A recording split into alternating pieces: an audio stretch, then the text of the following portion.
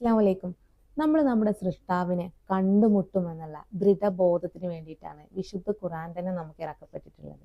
എന്നാൽ നമ്മൾ സൃഷ്ടാവിനെ നമ്മൾ മനസ്സിലാക്കാതിരുന്നു കഴിഞ്ഞാൽ അതുമായി ബന്ധപ്പെട്ട കുറച്ച് കാര്യങ്ങളാണ് ഞാൻ എടുക്കാൻ പോകുന്നത്.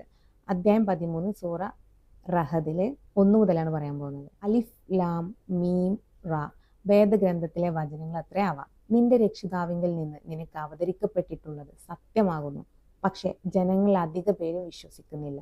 അള്ളാഹു ആകുന്നു നിങ്ങൾക്ക് കാണാവുന്ന അവലംബങ്ങൾ കൂടാതെ ആകാശങ്ങൾ ഉയർത്തി നിർത്തിയവൻ. പിന്നെ അവൻ സിംഹസ്ഥനാവുകയും സൂര്യനെയും ചന്ദ്രനെയും കീഴ്പ്പെടുത്തുകയും ചെയ്തിരിക്കുന്നു. എല്ലാം ഒരു നിശ്ചിത അവധി വരെ സഞ്ചരിക്കുന്നു.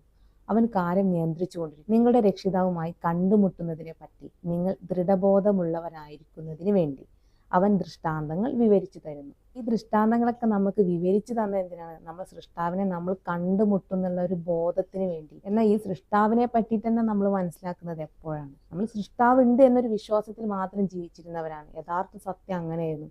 എന്നാൽ യഥാർത്ഥ സൃഷ്ടാവിനെ നമുക്ക് മനസ്സിലാക്കാൻ കഴിഞ്ഞിട്ടില്ല എന്നുള്ളതാണ് സത്യം.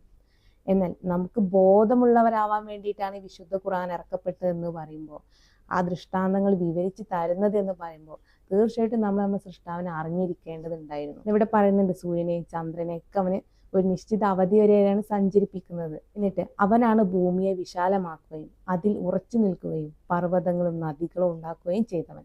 എല്ലാ ഫലവർഗ്ഗങ്ങളിൽ നിന്നും അവൻ അതിൽ നിന്ന് ഈ 2 ഇണകളെ ഉണ്ടാക്കിയിരിക്കുന്നു. അവൻ രാത്രിയെ കൊണ്ട് പകലിനെ മൂടുന്നു. തീർച്ചയായും അതിൽ ചിന്തിക്കുന്ന ജനങ്ങൾക്ക് ദൃഷ്ടാന്തങ്ങളുണ്ട്. ഈ രാത്രി പകൽ എന്നൊക്കെ പറയുന്നത് സൃഷ്ടാവിന്റെ കൈകളുടെ പ്രവൃത്തിയാണ്. സൃഷ്ടാവിന്റെ കൈകൾ എന്ന അംശത്തിന്റെ പ്രവൃത്തികളെ പറ്റിയിട്ട് ഇവിടെ ഈ ഒരു അധ്യായത്തിൽ തന്നെ ഒരുപാട് പറയുന്നുണ്ട്. അതിൽ തന്നെ 8 പറയുന്നുണ്ട്. ഓരോ സ്ത്രീയും ഗർഭം ധരിക്കുന്നതെന്ന് അള്ളാഹു അറിയുന്നു. ഗർഭാശയങ്ങൾക്ക് അമ്മി വരുത്തുന്നതും വർധനം ഉണ്ടാക്കുന്നതും അവൻ അറിയുന്നു. ഏതൊരു കാര്യവും അവന്റെ അടുക്കൽ ഒരു നിശ്ചിത തോതനുസരിച്ചാവുന്നു.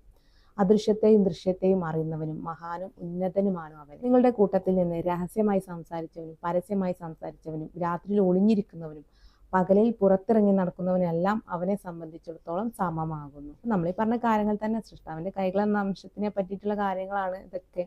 കാരണം സൃഷ്ടാവ് നമുക്ക് ജീവൻ നൽകുന്നുണ്ട്, നമുക്ക് ചുറ്റിലും വലയം ചെയ്യുന്നുണ്ട്, നമ്മളെല്ലാ കാര്യങ്ങളും അറിയുന്നുണ്ട്, നമ്മളെല്ലാ കാര്യങ്ങളും രേഖപ്പെടുത്തുന്നുണ്ട് എന്നത് അള്ളാഹുവിന്റെ ഏറ്റവും വലിയ തന്ത്രം എന്ന് അള്ളാഹു പറയുന്നുണ്ട്. സത്യനിഷേധികൾക്കെതിരെയുള്ള ഏറ്റവും വലിയ തന്ത്രം എന്താന്ന് വെച്ച് കഴിഞ്ഞാൽ അത് ഇത് തന്നെയാണ്. സൃഷ്ടാവ് എല്ലാം രേഖപ്പെടുത്തി വെക്കുന്നുണ്ട്, അറിയുന്നുണ്ട്. അത് അവരെ നാളെ അറിയിക്കുകയും ചെയ്യും. അതിനുള്ള കർമ്മഫലം അവർ അനുഭവിക്കുകയും ചെയ്യും. അതാണ് അള്ളാഹുവിനെ സംബന്ധിച്ചിടത്തോളം വിശുദ്ധ ഖുർആൻ പറയുന്ന ഏറ്റവും വലിയ തന്ത്രം.